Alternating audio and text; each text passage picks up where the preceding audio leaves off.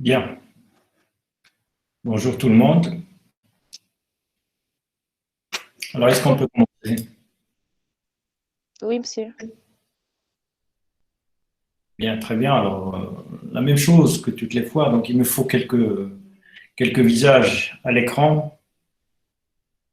Comme ça, au moins, donc, j'aurai pas l'impression de parler à un mur ou de parler à mon ordinateur. Donc,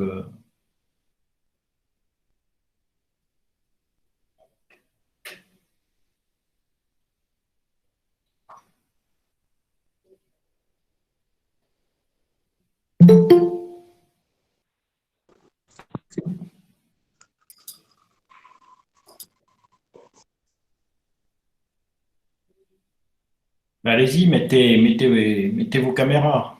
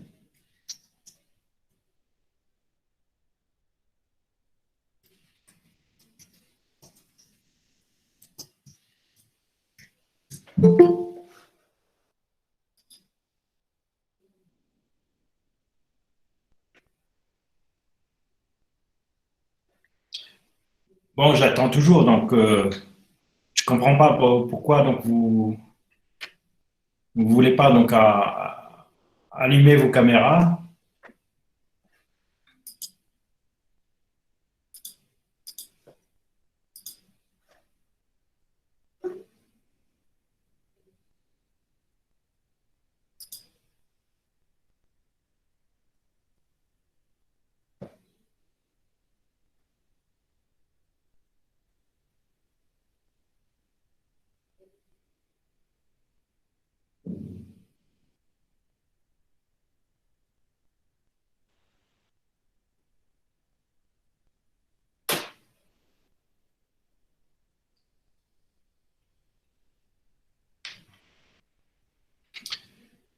Bien, alors on va essayer quand même de commencer. Donc la majorité donc refuse donc à mettre en marche leur caméra. Donc c'est relativement irrespectueux de leur part. Donc je- c'est le minimum à faire donc pour pouvoir donc suivre un cours donc et pour aider donc un professeur donc derrière son écran. Donc c'est de mettre en marche sa caméra. Donc comme ça donc il aura des visages devant lui. Donc,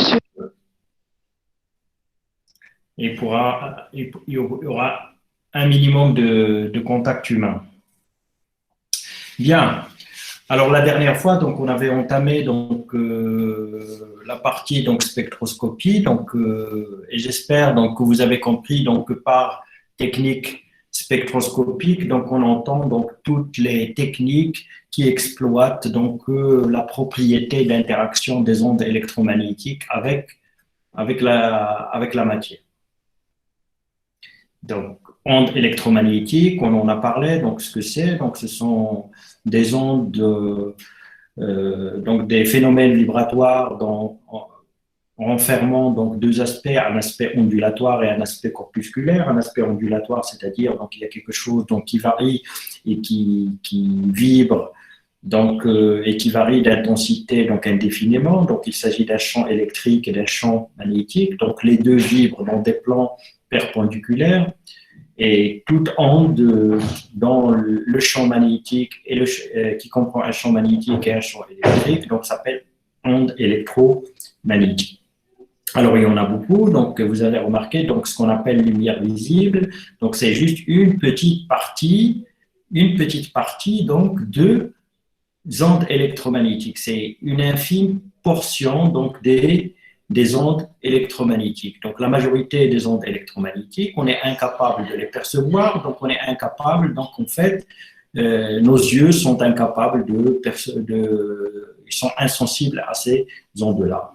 Donc une infime partie, une petite partie donc du spectre des ondes électromagnétiques est visible et en fait nos yeux y sont sensibles.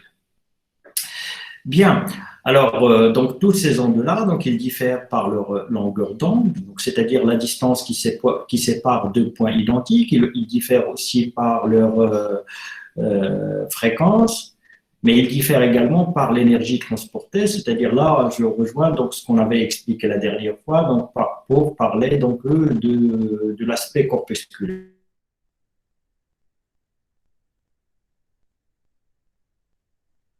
En plus donc, de ce champ électrique et ce champ magnétique qui varie d'intensité d'une manière périodique et indéfiniment, donc il y a une certaine quantité d'énergie qui est transportée par ces ondes-là. Alors cette quantité d'énergie, elle est discontinue, donc c'est pourquoi on parle de quanta d'énergie, c'est-à-dire de paquet, donc c'est pas quelque chose de continu, et on parle de photons. Alors j'avais attiré votre attention donc la dernière fois donc pour ne pas croire qu'en fait que les photons c'est juste ce qu'il y a, c'est juste les corpuscules énergétiques qu'on retrouve dans la lumière visible. Donc en fait on parle de photons pour n'importe quelle onde électromagnétique. Donc quelle que soit sa longueur d'onde, les rayons X donc ce sont des ondes électromagnétiques et on peut parler donc de photons X. Alors, donc, les rayons gamma également, ce sont des ondes électromagnétiques. On peut parler de photons gamma. Donc, le photon donc, n'est pas attribué uniquement donc, à la lumière donc, visible, donc aux ondes électromagnétiques pour lesquelles nos yeux sont sensibles. Non, les photons, donc, c'est les paquets d'énergie donc, transportés par n'importe quelle onde électromagnétique. Alors, donc, cette énergie-là, donc, elle est donnée par la fameuse formule E est égal à H nu. Alors, donc, H, c'est la constante de Planck, et nu, donc, c'est la fréquence. Donc, elle est proportionnelle, donc, la quantité d'énergie, elle est proportionnelle à la fréquence. C'est-à-dire, plus cette fréquence est élevée, plus l'énergie d'une onde électromagnétique est élevée. Alors, la fréquence, c'est quoi? Donc, on l'avait expliqué aussi la dernière fois. En fait, c'est le nombre de fois qu'un point donné, donc en fait, ces ondes, ils se propagent même dans le vide. Alors, en fait, ils circulent. Donc, la fréquence, c'est le nombre de fois que cette onde-là, qu'un point de cette onde-là passe devant vous, si vous voulez, donc c'est-à-dire devant un objet fixe, par seconde. Alors, donc, en fait, par rapport à la longueur d'onde, plus la longueur d'onde est courte, plus donc la fréquence est élevée. Donc, et par conséquent, donc en fait, cette énergie donc transportée par l'onde électromagnétique, donc elle est d'autant plus élevée que la fréquence est élevée, elle est d'autant plus élevée que la longueur d'onde est courte. Et ça veut dire quoi aussi? Donc, ça veut dire que plus les longueurs d'onde sont grandes, plus l'énergie transportée est faible. Alors, dans les ondes hertziennes, les ondes qui sont utilisées donc, par la radio et par la télévision, donc ils ont des longueurs d'onde donc, de dizaines de mètres, de centaines de mètres. Donc, ce sont les ondes électromagnétiques les moins énergétiques. Donc, leur longueur d'onde est élevée et leur fréquence est faible. Par contre, donc, si on part de l'autre extrémité donc, du spectre des longueurs d'onde électromagnétiques, donc on s'aperçoit en fait que ce sont les ondes gamma qui sont les plus énergétiques et qui ont les fréquences les plus courtes, les fréquences les plus élevées, pardon, et les longueurs d'onde les plus courtes. Alors les ondes gamma, en fait, c'est ce que dégagent des atomes radioactifs. Donc les atomes radioactifs, ils dégagent des radiations gamma. Donc c'est là, donc en fait, et c'est là où réside la dangerosité, donc en fait, des matériaux radioactifs. Donc c'est fortement énergétique. Donc si vous êtes exposé à des ondes de gamma, donc en fait, ça vous brûlera tout simplement, comme vous vous brûlez au feu, tout simplement. Donc c'est tellement énergétique que ça provoque des brûlures. Donc en fait, si ça ne provoque pas la mort, donc ça provoquera des cancers. Les rayons X aussi, donc ils sont utilisés en médecine, donc ils sont également très énergétiques et ils provoquent aussi donc des cancers. Bien, voilà donc concernant un peu donc les généralités dont on a parlé la dernière fois. En fait, ce qui est intéressant pour nous dans les méthodes spectroscopiques, donc je l'ai dit, donc en fait c'est cette interaction que peuvent avoir donc ces ondes électromagnétiques avec la matière. Quand je parle de matière, ça veut dire au niveau atomique, donc ça interagit au niveau atomique et au niveau moléculaire. Donc ces ondes électromagnétiques, donc en fait ils ont une certaine quantité d'énergie, donc et c'est cette énergie-là donc qui va provoquer des modifications sur les atomes, sur les molécules, et ce sont donc en fait ces modifications-là qui peuvent nous donner des renseignements sur la structure de la matière. Alors maintenant, dans le cas de ce qu'on appelle la spectroscopie UV visible, c'est-à-dire la spectroscopie qui va utiliser donc en fait donc des ondes électromagnétiques dans le domaine du visible, c'est-à-dire entre 400 et 800 nanomètres, et des ondes UV, c'est-à-dire au-dessous de 400 nanomètres, de 100 à peu près, donc si on veut être large, de 100 nanomètres jusqu'à 400 nanomètres. C'est ce qu'on appelle la spectroscopie UV visible, c'est-à-dire les ondes électromagnétiques qui sont mises en jeu dans ce cas-là, ce sont des ondes dont les longueurs d'onde vont aller à peu près de 200 nanomètres jusqu'à 800 nanomètres. Donc ça correspond à la lumière visible, à ce qu'on voit, et ça correspond un peu à la lumière ultraviolette. Donc la lumière ultraviolette, elle n'est pas perceptible par nos yeux. Alors, dans ce cas-là, le type d'interaction donc, que peuvent avoir donc, ces ondes électromagnétiques avec la matière, donc en fait, il s'agit soit d'une absorption de la quantité d'énergie transportée, et cette absorption de la quantité d'énergie transportée, donc, il va se traduire donc, en fait, par un changement de la couche ou de la sous-couche électronique. C'est-à-dire des électrons, donc ce sont les électrons tout d'abord, donc qui vont interagir avec l'onde électromagnétique. Ben, ce sont les électrons tout simplement parce que les électrons, on vous l'a déjà expliqué, ils sont chargés. Donc on fait dans une onde électromagnétique, donc il y a un champ électrique et un champ magnétique. Donc c'est là où il y a une possibilité d'interaction. Alors maintenant, donc quand une onde électromagnétique donc traverse de la matière, il se peut, c'est-à-dire, maintenant je parle précisément dans le domaine de l'UV et du visible.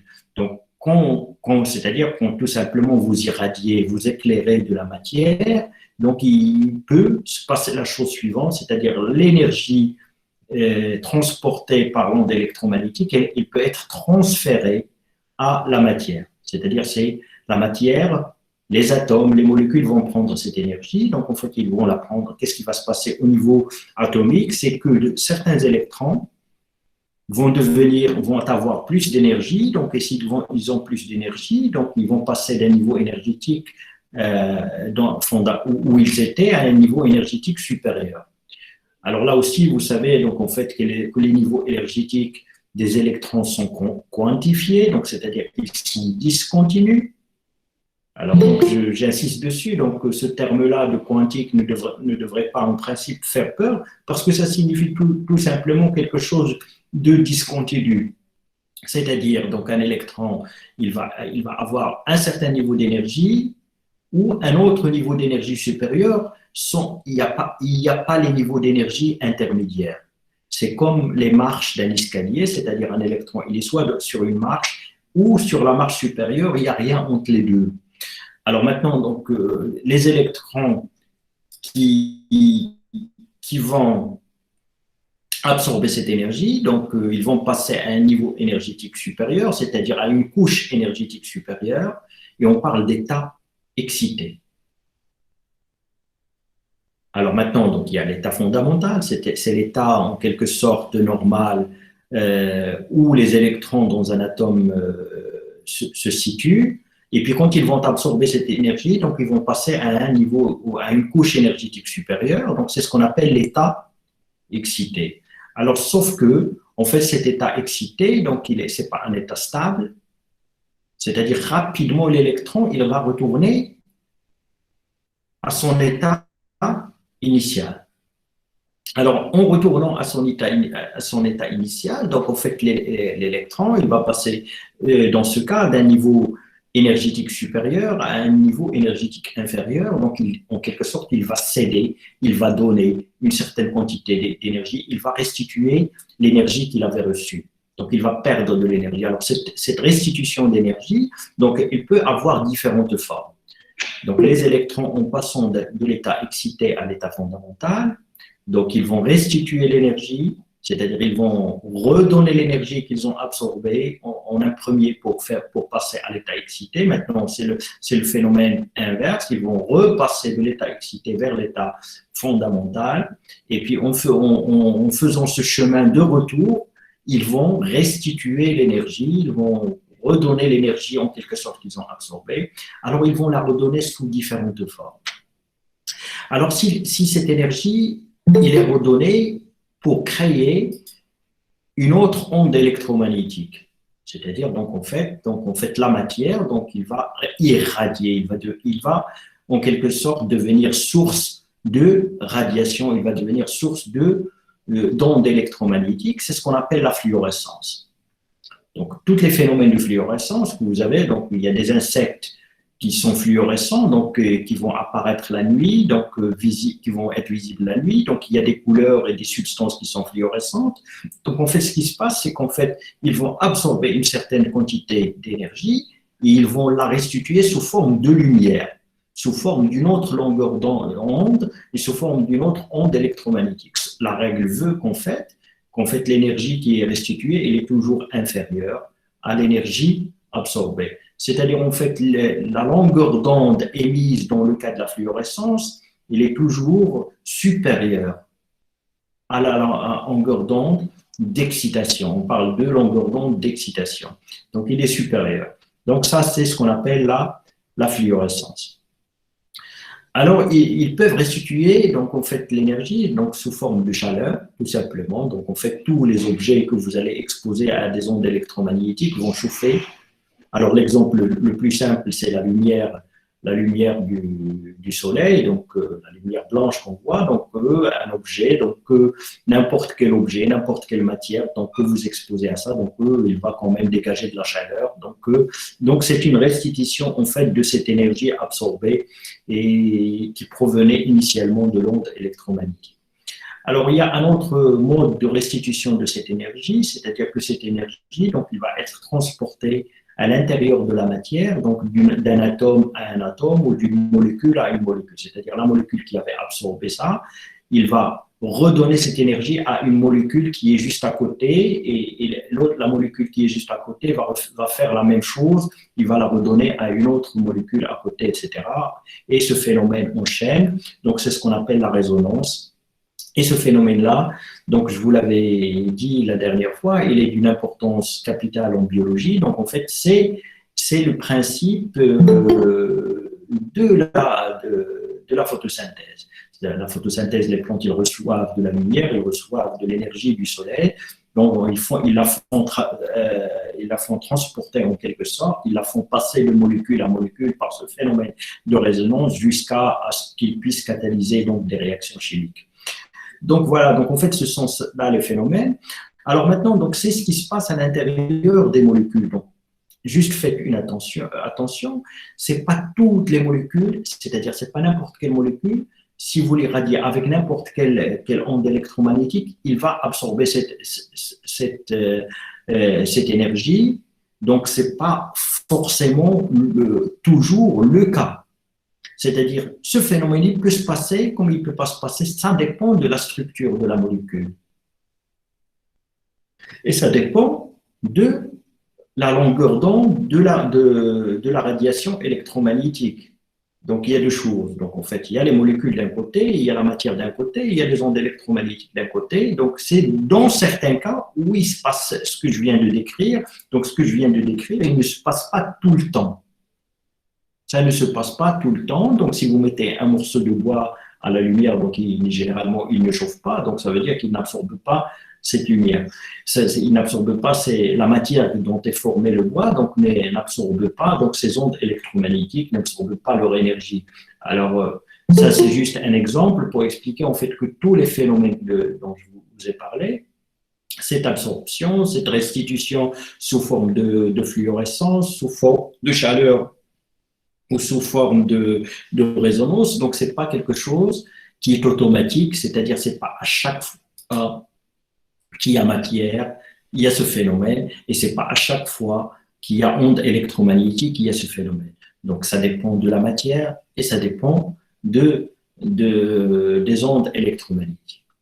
Alors maintenant, dans la spectroscopie UV visible, donc qui est notre sujet d'aujourd'hui, en fait, ce qui se passe généralement, c'est ce que je viens de décrire, c'est-à-dire ce passage des électrons d'un état fondamental à un état excité, et puis une restitution de cette énergie. Alors, donc, en fait, quand vous irradiez de la matière avec une onde électromagnétique UV visible, et dans le cas où il se passe ce phénomène, en fait, cette onde, l'énergie, donc, en fait, elle est absorbée par la matière. C'est-à-dire, en quelque sorte, si on mesure l'énergie d'une longueur d'onde, d'une onde électromagnétique avant et après, donc après exposition à la matière, on peut s'apercevoir qu'en fait, que cette énergie-là, elle va diminuer. C'est-à-dire qu'une partie de l'énergie a été absorbée par la matière. Alors ça, c'est le principe de la spectroscopie UV visible. Et c'est ce que vous allez utiliser le plus dans vos travaux pratiques, donc durant votre cursus jusqu'à la licence. C'est-à-dire, donc en fait, vous allez mettre de la matière, c'est-à-dire des molécules, vous allez les mettre généralement dans une solution, et puis donc cette solution, vous allez la faire traverser par une onde électromagnétique. Alors donc, est-ce que vous voyez donc mes diapos? Oui, monsieur. Donc Oui, voilà. monsieur. Donc en fait, c'est ce qui est schématisé. Donc devant vous maintenant, vous avez une source de radiation électromagnétique, c'est-à-dire une source de lumière tout simplement, donc de la lumière ultraviolette ou de la lumière visible. Donc et puis donc en fait, vous le savez, donc que cette lumière, que ce soit invisible, donc blanche, la lumière blanche ou la lumière ultraviolette, donc c'est pas une longueur d'onde, il n'est pas formé par une seule onde, il n'est pas formé par une longueur d'onde. Il est formé par un ensemble il est formé par un ensemble de radiations. Alors maintenant, pour qu'on puisse avoir quelque chose d'exploitable scientifiquement, donc comme je l'ai expliqué, donc au tout début, qu'en fait, que cette énergie, donc il est fonction de la longueur d'onde. L'énergie transportée par une radiation, donc il est fonction de la longueur d'onde. Alors ici, donc on a tout intérêt en fait à n'utiliser qu'une seule longueur d'onde, comme ça, on sait quelle est la quantité d'énergie qu'on a mise en jeu. Alors maintenant, le principe, il est tout simple, comme je viens d'expliquer. Donc vous avez de la matière donc, dans une solution, vous avez des molécules dans une solution, on les fait traverser par une longueur d'onde bien précise et on va mesurer l'intensité de la longueur d'onde avant et après avoir traversé notre contenant, c'est-à-dire notre récipient, notre cuve, notre tube qui contient notre matière. Alors, s'il y a absorption, en fait, l'intensité qui va sortir après, donc va être inférieure à l'intensité émise, parce qu'en fait, une partie a été absorbée par la matière en question, par les molécules en question. Alors déjà, donc, par rapport à ces intensités, ici on parle d'intensité émise, et après, donc, ce qui sort, ce qui traverse votre échantillon, on l'appelle intensité transmise. Alors maintenant, donc en fait, c'est ce phénomène-là, c'est-à-dire c'est cette diminution de l'intensité qui nous intéresse. Si on mesure l'intensité avant et après, on s'aperçoit qu'il y a une certaine diminution de cette intensité, ça veut dire tout simplement qu'il y a absorption. Alors cette absorption, c'est ce qu'on appelle la densité optique. Donc cette absorption ou cette absorbance, c'est ce qu'on appelle la densité optique. Alors cette densité optique, donc on écrit comme ça, DO, donc DO c'est densité optique ou également absorbance, et il est défini comme étant le logarithme de l'intensité I0 sur I. Donc c'est le rapport de ces deux intensités, c'est-à-dire le rapport de l'intensité émise sur l'intensité transmise. Alors je répète, l'intensité transmise correspond à ce qui sort de votre cuve où il y a l'échantillon, et l'intensité émise, donc en fait c'est l'intensité de la lumière incidente, c'est-à-dire de la lumière qui va traverser et qui, avant qu'elle traverse en fait votre échantillon. Alors l'ADO, tout simplement, c'est le logarithme de ce rapport-là. Alors donc, il faut comprendre une chose, donc en fait, c'est à propos du logarithme. Donc en fait, la fonction logarithme, vous l'avez déjà étudiée donc, depuis votre lycée. Alors maintenant, donc, ce qu'il faut comprendre, c'est l'utilisation du logarithme donc en sciences physiques, en sciences chimiques. Donc en fait, il est surtout utilisé pour abaisser les valeurs. Tout simplement. La fonction logarithme, vous savez comment elle est, donc c'est une fonction donc, qui tasse en fait les valeurs, c'est-à-dire le logarithme de quelque chose de très très élevé comme valeur est faible, c'est-à-dire le logarithme d'un milliard ou d'un million, donc ça revient à des chiffres très faibles. Donc en fait le logarithme à chaque fois, donc on l'utilise juste pour avoir des chiffres très faibles. C'est la seule raison pour qu'on l'utilise. Au lieu d'avoir des DO au lieu d'avoir des DO d'un milliard ou de 350 millions ou je ne sais quoi d'autre, donc on utilise le logarithme pour parler donc de DO de 1, de 0,5, etc. Donc le logarithme il est souvent utilisé pour juste avoir des valeurs gérables, enfin, dans lesquelles on peut donc qu'on peut utiliser donc couramment, donc sans que ça ne pose beaucoup de problèmes d'évaluation dans notre esprit. Bien. Alors maintenant donc le principe de l'utilisation de cette absorption de cette spectroscopie UV, donc elle est là devant vous. Donc en fait c'est que en fait une certaine quantité d'énergie et une certaine quantité donc, de cette lumière incidente, il va disparaître après avoir traversé donc, l'échantillon. Et c'est ce qu'on appelle l'absorbance. Alors maintenant, toute la question ici, c'est est-ce qu'on peut-on relier cette quantité de lumière absorbée, cette quantité d'ondes électromagnétiques absorbées à une caractéristique ou à une quantité de matière. Alors, autrement dit, donc, en fait, la question que se sont posées donc, les physiciens, c'est tout simplement à quoi correspond ce qui a été absorbé. C'est-à-dire, est-ce que ce qui a été absorbé va nous permettre de dire que cette matière, elle est formée de telle ou telle chose?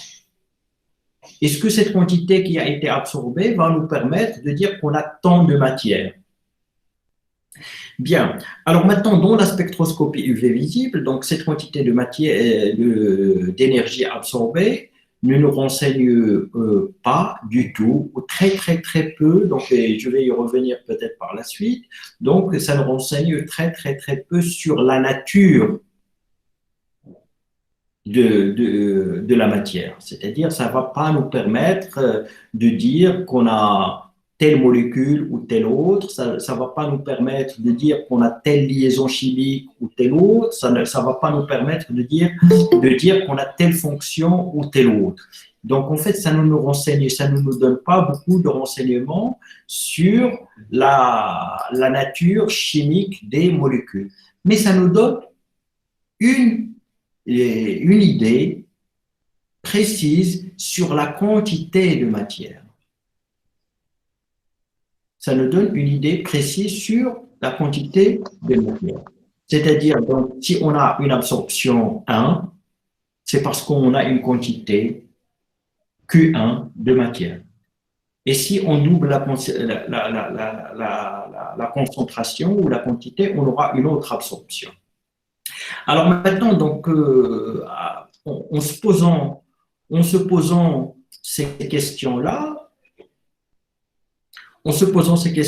donc en fait, des chercheurs, en fait, des scientifiques ont pu établir la relation qu'il y a entre quantité de lumière ou d'ondes électromagnétiques dans le domaine de l'UV visible absorbée, c'est-à-dire la quantité, ce qui est absorbé. Ils ont établi une relation entre ce qui est absorbé, qu'on appelle l'absorbance ou la DO, et la quantité de matière.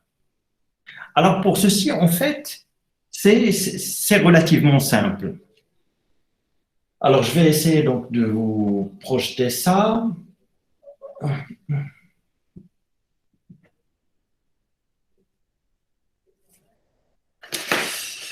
Alors, bien.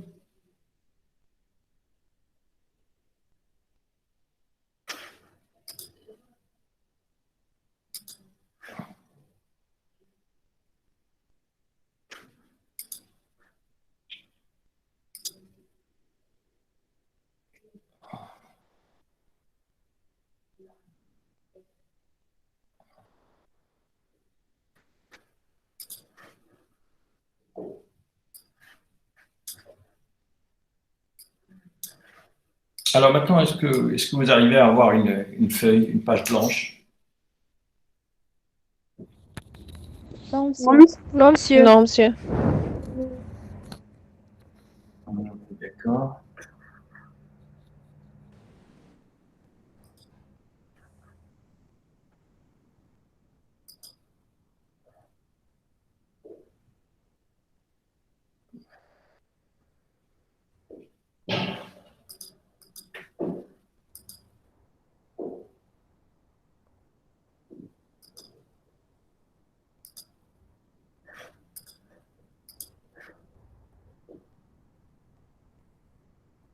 Maintenant? Oui, monsieur. Bien, très bien. Alors maintenant, je disais, donc on fait. Non, monsieur, pas encore. Ah ben, alors il y en a qui l'ont, d'autres qui l'ont pas, donc ça devrait aller. Est-ce que vous voyez donc une page blanche? Oui, monsieur. Oui. D'accord, très bien. Alors maintenant, donc je disais, donc en fait, quand vous allez irradier donc de la matière, donc c'est-à-dire des molécules que vous avez mises dans un tube par exemple, donc vous allez les irradier avec une radiation électromagnétique d'une intensité I0 qu'on appelle incidente.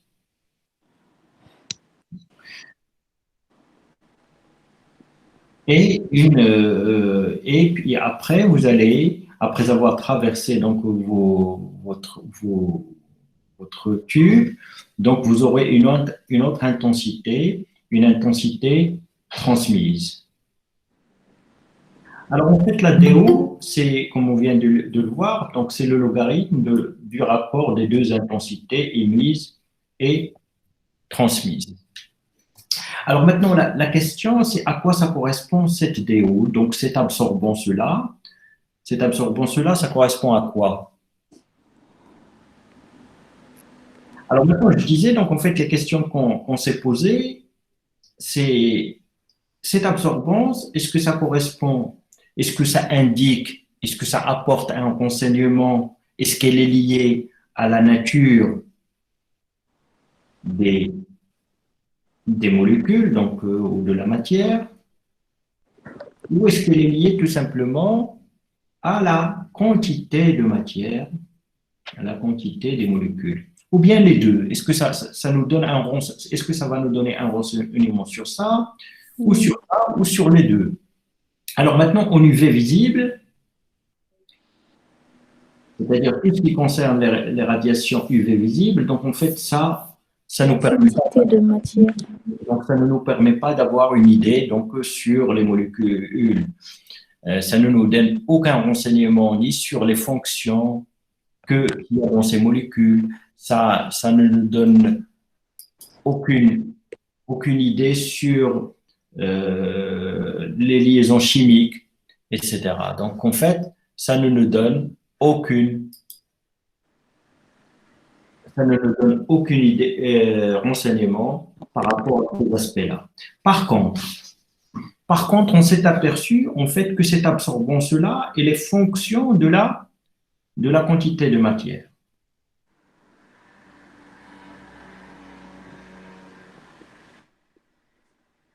C'est-à-dire, c'est une fonction, donc vous avez étudié en maths donc ce qu'on appelle les fonctions, c'est-à-dire pour chaque absorbance, pour chaque quantité de matière, vous avez une absorbance. Ça veut dire donc que par rapport à ça, donc vous pouvez essayer de tracer la courbe ou le graphe de la fonction. C'est-à-dire comment cette quantité de matière elle est reliée à l'absorbance.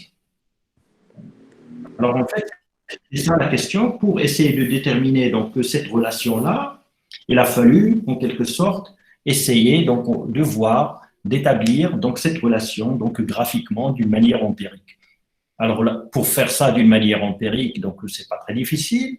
C'est-à-dire il faudra disposer de quantités différentes et vous aurez donc en fait les absorbances, c'est-à-dire les quantités d'absorbance que ça provoque, et vous aurez la fonction qui relie ça. Donc vous voyez, donc en fait tout ça, donc c'est d'une simplicité déconcertante. Donc c'est pas quelque chose de difficile. Donc en fait c'est ce qu'ont fait donc certains scientifiques. Des scientifiques, donc en fait ils ont étudié ça comme je viens de vous le dire. Donc en fait ils ont évalué l'absorbance, c'est-à-dire à une longueur d'onde donnée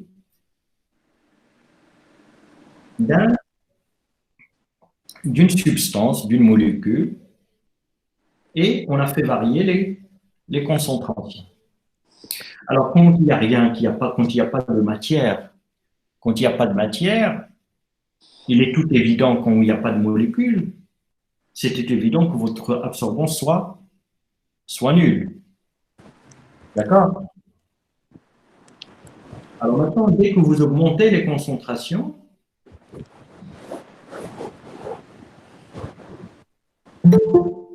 etc., donc en fait, ils ont pu remarquer qu'en fait que ça donne une droite. Ça donne une droite jusqu'à un certain niveau. S'il vous plaît, monsieur, il y a quelques problèmes dans le diapo. Monsieur, le diapo, Si on voit plus la planche. Vous ne voyez plus la planche. je pense que c'est à cause de la connexion. Donc, je vais arrêter puis remettre.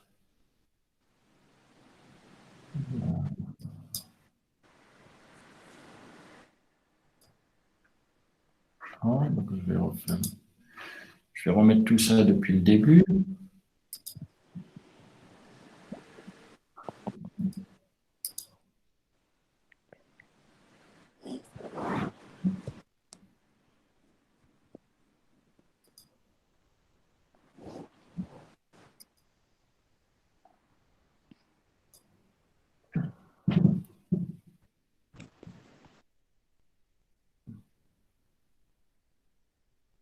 C'est bon?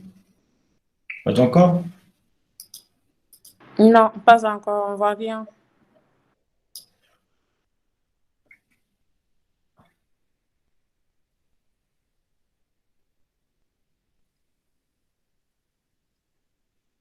C'est bon, Vous êtes madame. bien, monsieur. Donc voilà, donc ça s'est arrêté à quel niveau? Quand vous avez commencé la deuxième cour, D'accord, très bien. Alors en fait, je disais donc en fait que ça c'était un truc relativement facile, donc scientifiquement je veux dire pour le déterminer, c'est-à-dire donc on a fait la chose suivante, c'est-à-dire donc vous avez pris une substance donnée à une longueur d'onde déterminée et vous avez fait varier et on fait varier les concentrations. Et puis, on mesure les DO comme ça, donc dans un appareil, c'est-à-dire on mesure l'intensité émise et l'intensité transmise, le logarithme du rapport, c'est ce qu'on appelle la DO, et on va faire correspondre à chaque concentration, donc la DO obtenue. Alors, on s'est aperçu qu'en fait, que voilà, donc à zéro, donc quand il n'y a pas de matière, quand votre concentration elle est nulle, donc il n'y aura pas d'absorbance, donc vous aurez zéro. Et puis, plus vous augmentez la concentration, donc les DO augmentent et vous avez une courbe linéaire, c'est vous avez une droite, jusqu'à une certaine valeur et vous n'avez plus de droite. Alors maintenant, donc, limitons-nous juste à cette partie où la relation qui lie la DO à la concentration est une relation linéaire. Alors l'équation d'une droite, vous la connaissez. C'est quoi l'équation d'une droite? Y égale à AX plus B. AX plus B. Alors, c'est généralement, oui, c'est AX plus B. Alors, dans notre cas, Y, c'est quoi? Y, c'est l'axe des Y, c'est ça? C'est le DO. Le DO. Alors, A, c'est un coefficient. Et les X, donc, c'est Concentration. La concentration. Alors, B, donc, Concentration. B, c'est 0 qui passe par l'origine. Donc, vous n'avez pas de B, donc une droite qui passe par l'origine. Donc, son équation, c'est Y égale à X. D'accord? Donc, en fait, dans cette partie de la courbe, vous avez la DO qui est égale à quelque chose, à un coefficient. À un coefficient de proportionnalité pour la concentration. Et voilà, donc vous y êtes déjà presque. Donc, vous avez la relation qui relie la DO à la La concentration. concentration. Alors maintenant, donc, ce coefficient de proportionnalité, c'est quoi?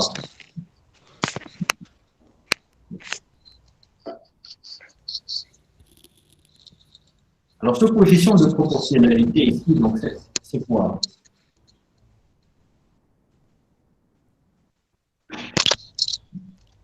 Alors ça, c'est des rappels élémentaires de vos cours de... La pente de la droite.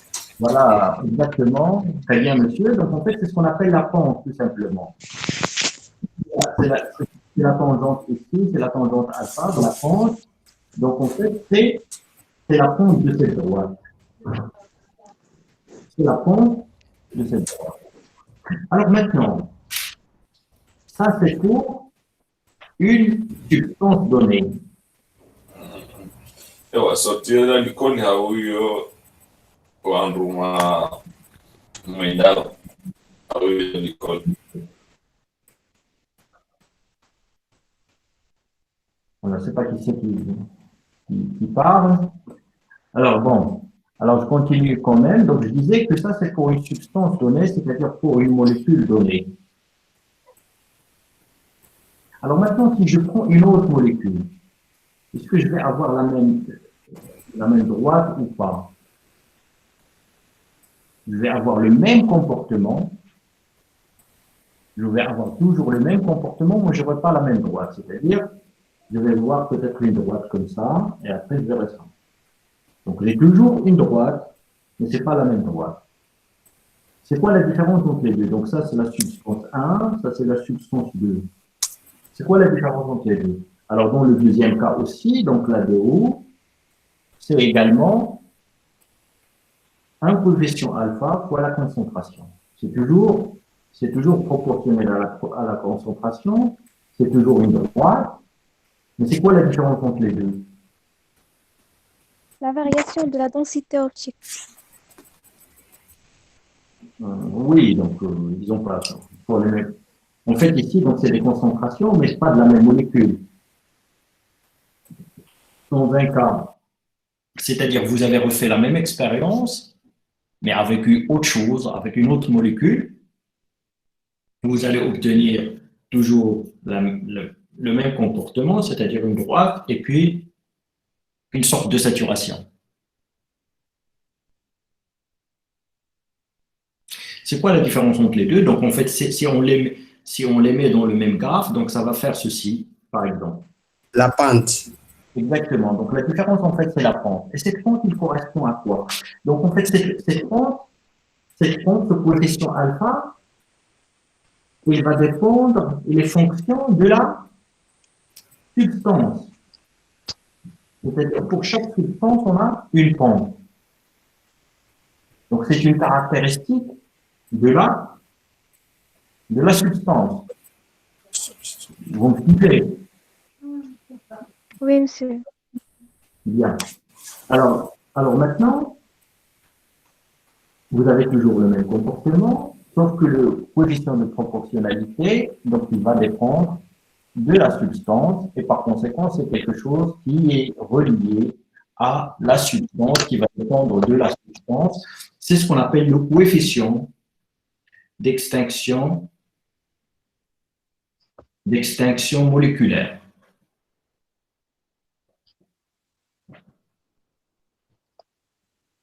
Donc, c'est quelque chose qui dépend de la substance. Il est fonction de la substance, ce qu'on appelle le coefficient d'extinction moléculaire. Et généralement, donc, on le désigne par la lettre grecque epsilon. Donc, et dans ce cas-là, la DO, d'une manière générale, va devenir epsilon C. D'accord? Alors maintenant, qu'est-ce que ça signifie? Donc, que des pentes... Monsieur, s'il vous plaît, le diapo est en pause. Comment? Le diapo est bloqué. est bloqué. Alors voilà, donc, en fait, je comprends. Donc, c'est mon téléphone qui se met en veille. Alors, vous le voyez maintenant?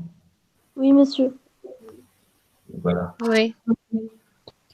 Donc, voilà. Donc, je disais, donc, en fait, que c'est quoi? Qu'est-ce que ça signifie, donc, ces pentes différentes? Qu'est-ce qui signifie dans ce cas de mesure de l'absorption?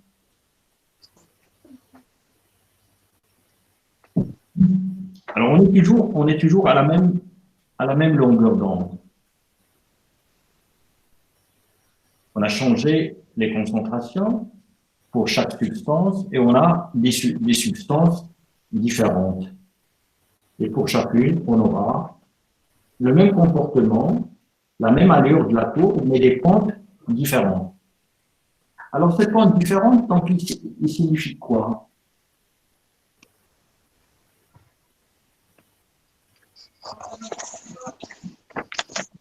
Alors, ça veut dire tout simplement qu'en fait, que l'intensité d'absorption, il va dépendre de la substance, c'est-à-dire que toutes les molécules ici, donc toutes ces substances n'absorbent pas de la même manière. Donc, c'est ce que vous pouvez vérifier à une concentration donnée.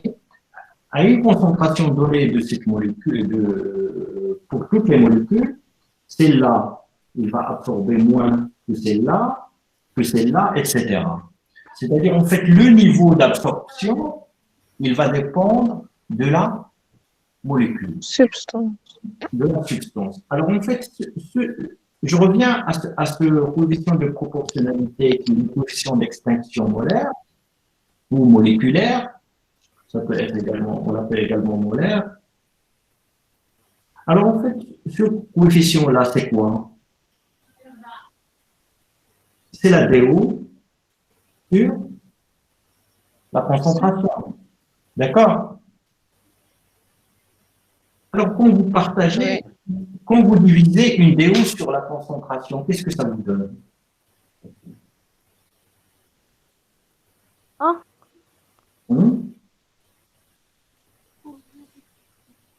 Alors, d'une manière générale, quand vous divisez quelque chose par quelque chose, qu'est-ce que ça signifie et qu'est-ce que ça donne? Qu'est-ce que ça signifie une division? Alors, si vous divisez un certain nombre de bonbons sur un certain nombre d'étudiants, si vous divisez un certain nombre de bonbons sur un certain nombre d'étudiants, qu'est-ce que vous avez comme résultat? La quantité de bonbons qu'un étudiant peut avoir. Coefficient. Un étudiant aura.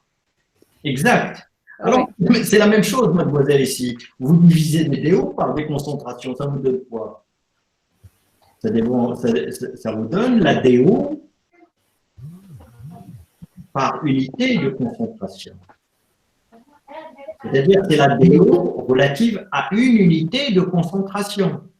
C'est-à-dire chaque unité de concentration, il aura une DO. Alors la DO, c'est quoi? C'est l'absorbance. Donc c'est l'absorbance par unité de concentration. C'est ça ce que ça signifie. Donc ça, c'est pour vous expliquer qu'est-ce que ça signifie, ce coefficient d'extinction molaire au mol. Alors ça signifie tout simplement l'absorbance d'une mole. C'est l'absorbance d'une mole. C'est pourquoi ça s'appelle le coefficient d'extinction molaire ou moléculaire. C'est-à-dire, c'est combien absorbe une mole de cette substance ou de cette substance ou de cette autre. Alors maintenant, bien sûr, ici, ça suppose que la concentration, vous avez ici une concentration molaire, pas massique. Donc, et dans ce cas-là, le coefficient d'extinction molaire, donc c'est l'absorbance tout simplement d'une mole. Est-ce que c'est clair? C'est bon? Oui. Oui. On peut continuer. Alors maintenant, donc en fait, cette linéarité des DO, il est valable, il existe, il est observable jusqu'à des DO de 1, à peu près de 1. C'est-à-dire cette partie de la courbe que j'ai expliquée, elle est comprise entre les DO 0 et 1. C'est-à-dire à chaque fois que vous avez des DO supérieurs à 1, vous n'aurez plus une droite, vous aurez quelque chose, une courbe, et vous n'avez plus une linéarité. Donc c'est plus linéaire. C'est-à-dire dans cette zone-là, donc en fait les concentrations les DO ne sont plus proportionnels aux concentrations. Alors maintenant, pourquoi? Pourquoi c'est comme ça ici et pourquoi c'est comme ça? C'est pas comme ça à partir d'une certaine valeur de DO.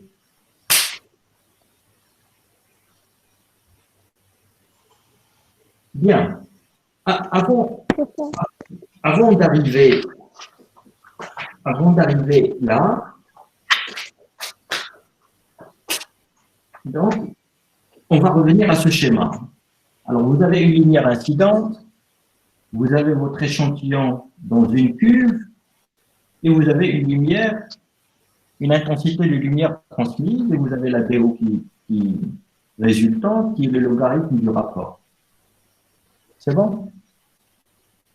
Est-ce que c'est bon? Donc, tout ça, donc, on l'a expliqué, et normalement, ça devait être. Alors maintenant, on a également remarqué que cette DO-là, il est fonction de cette distance. Diapo est bloqué, monsieur. Comment? Oui, Ah, monsieur. Diapo, c'est bloqué.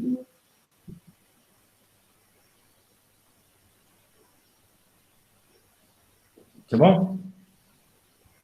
Alors, je disais que cette DO, on a remarqué qu'il est également fonction de cette distance-là qu'on appelle L. C'est-à-dire, autrement dit, donc si vous avez un tube ou une cuve plus large, donc vous aurez une DO supérieure. En fait, ça dépend de ces distances traversées par la lumière à l'intérieur de votre échantillon. Alors, cette distance-là, c'est ce qu'on appelle le chemin optique.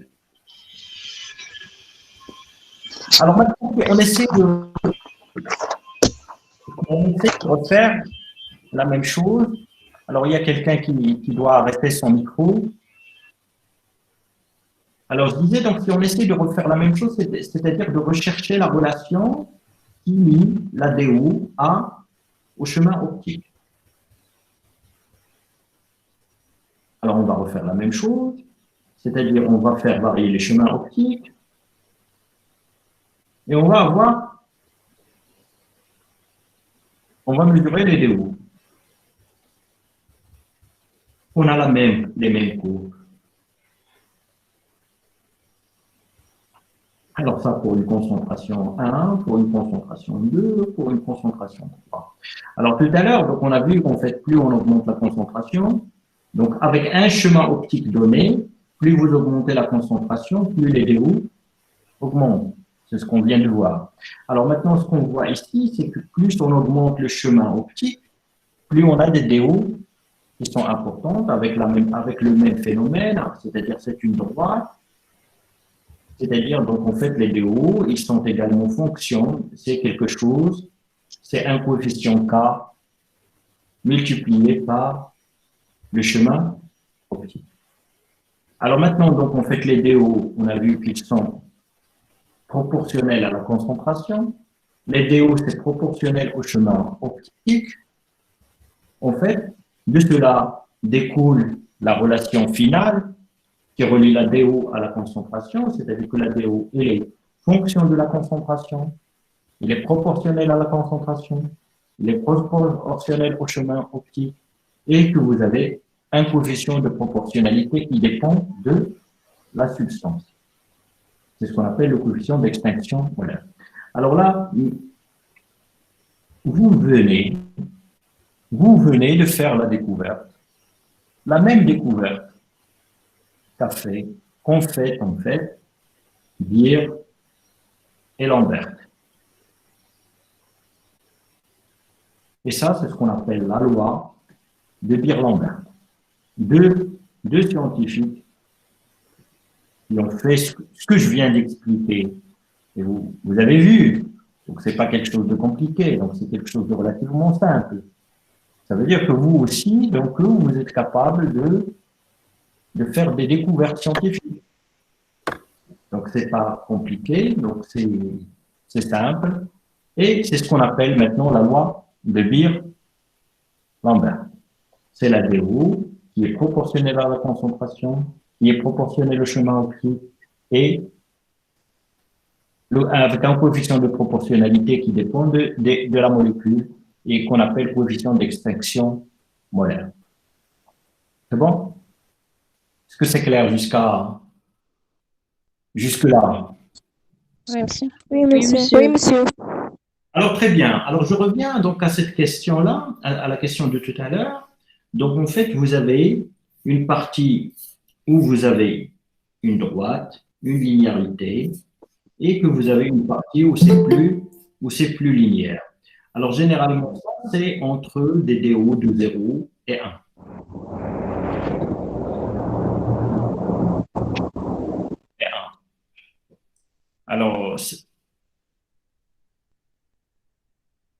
Alors maintenant, pourquoi ici, donc, vous avez une proportionnalité? Donc ça, c'est relativement donc, compréhensible, donc, mais on va y revenir aussi pour l'expliquer. Mais surtout ici, pourquoi quand vous allez augmenter soit la concentration, soit le chemin optique, donc vous avez c'est plus linéaire. C'est-à-dire, en fait, vous pouvez augmenter la concentration, au-delà d'une certaine concentration, vous pouvez augmenter la concentration tant que vous voulez, les DO ne bougeront plus. Vous aurez toujours la même DO ici, à cette concentration, à cette concentration et à cette concentration, même si vous les augmentez encore, donc vous aurez toujours presque la même DO. Pourquoi? C'est parce qu'à partir d'une constante donnée, la substance ne peut plus augmenter ne peut plus augmenter l'absorbance, sa densité optique. C'est son point de saturation.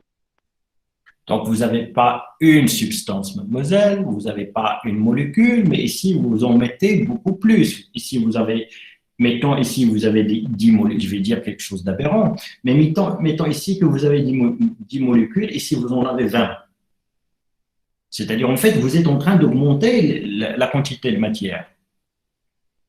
Donc, ce n'est pas une molécule qui a absorbé son maximum, c'est pas ça.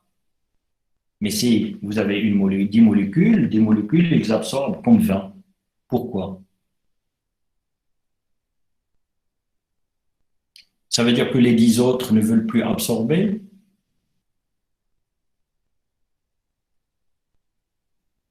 Ou ça veut dire qu'il n'y a plus assez de lumière, d'assez d'ondes électromagnétiques pour que ça soit absorbé? Alors ça, c'est pas possible qu'il n'y ait pas de lumière parce qu'en fait, dans ce cas-là, si vous avez plus de lumière, il n'y a rien qui sort, vous aurez ici 0, vous aurez une division par 0, donc qui est impossible. Donc ce cas-là, mathématiquement, il est interdit déjà. Donc si vous avez ça, donc vous n'aurez pas de DO que vous pouvez calculer. Donc ça, c'est déjà arrêté à ce niveau-là. Alors maintenant, ça veut dire que vous avez toujours suffisamment de lumière incidente et vous aurez toujours de la lumière transmise. Alors maintenant… Monsieur, votre caméra est en pause encore.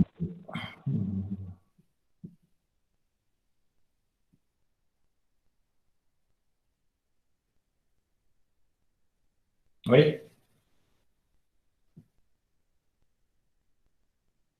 Alors maintenant, pourquoi ça se passe comme ça? Alors maintenant, donc ici, donc, je disais, donc en fait, dans cet exemple-là, qui est complètement aberrant, dans le sens où ça ne correspond pas à la réalité, c'est-à-dire que vous n'avez pas 10 molécules, vous avez des milliards et des milliards de molécules. Donc, mais quand vous avez 10 molécules et vous doublez pour avoir 20 molécules et vous aurez toujours la même DO, ça veut dire quoi? Ça veut dire, est-ce que ce que vous avez rajouté, enfin, ça veut dire que ce que vous avez rajouté donc, ne contribue plus à l'absorption. C'est-à-dire, il n'absorbe plus rien, il n'absorbe plus donc rien. Pourquoi? Maintenant, la question, pourquoi il n'absorbe pas? Pourquoi ça n'absorbe pas? Donc voilà, en fait, ce que ça démontre, c'est ça. Ça démontre que vous rajoutez de la matière et que cette matière que vous rajoutez, ces substances que vous rajoutez, ne contribuent plus à l'absorption, donc ne donnent plus aucune absorption. Alors pourquoi? Alors maintenant, pour comprendre cela, donc en fait, il faut revenir donc en quelque sorte à imaginer ce qui se passe ici. Alors vous avez de la matière dans votre cuve. Alors, quand cette matière donc, est diluée, c'est-à-dire quand les concentrations sont faibles, en fait, chaque molécule peut rencontrer une radiation électromagnétique et absorber et contribuer à une absorption. Alors maintenant, plus vous en mettez, c'est-à-dire vous augmentez la concentration, en fait, ce qui se passe, c'est qu'en fait, c'est pas qu'il n'y ait plus assez de radiation, c'est qu'en fait, des molécules vont être cachées par d'autres molécules. Et ils les empêchent d'interagir avec la lumière. Donc, il y en a tellement de molécules qu'en fait, vous en aurez certaines, vous en aurez beaucoup qui cachent les autres. Est-ce que vous avez compris? Donc, c'est pourquoi, Oui, monsieur. une fois arrivé à une certaine concentration, même si vous augmentez encore la concentration, la quantité de matière, ça ne va pas se traduire par une absorption, parce qu'en fait, ce que vous rajoutez se retrouve dans l'impossibilité d'absorber du fait qu'il va être caché par déjà les molécules donc, présentes. Donc voilà. Donc ça veut dire que cette loi de Beer-Lambert, il n'est valable que pour des solutions diluées. Il faut toujours faire attention à ce que la DO soit inférieure à 1. Une fois que c'est supérieur à 1, Donc, ce n'est plus proportionnel. En fait, c'est pas comme ça que je l'ai schématisé. Donc, en fait, la courbe, il va faire ça. Donc, il va pas faire carrément un plateau, mais il va cesser, il va arrêter d'être linéaire. C'est bon? Est-ce que c'est clair? Oui, monsieur. Voilà, Oui, donc, monsieur. le Beer-Lambert, il est fonction de la substance, de la concentration et du chemin optique, et il n'est valable que pour les solutions diluées. C'est bon? Oui, Est-ce que monsieur. c'est clair? Donc ça, c'est le principe. Donc c'est les fondements théoriques. Donc pour la spectroscopie UV visible. C'est bon? Oui, monsieur. Clair. Bien.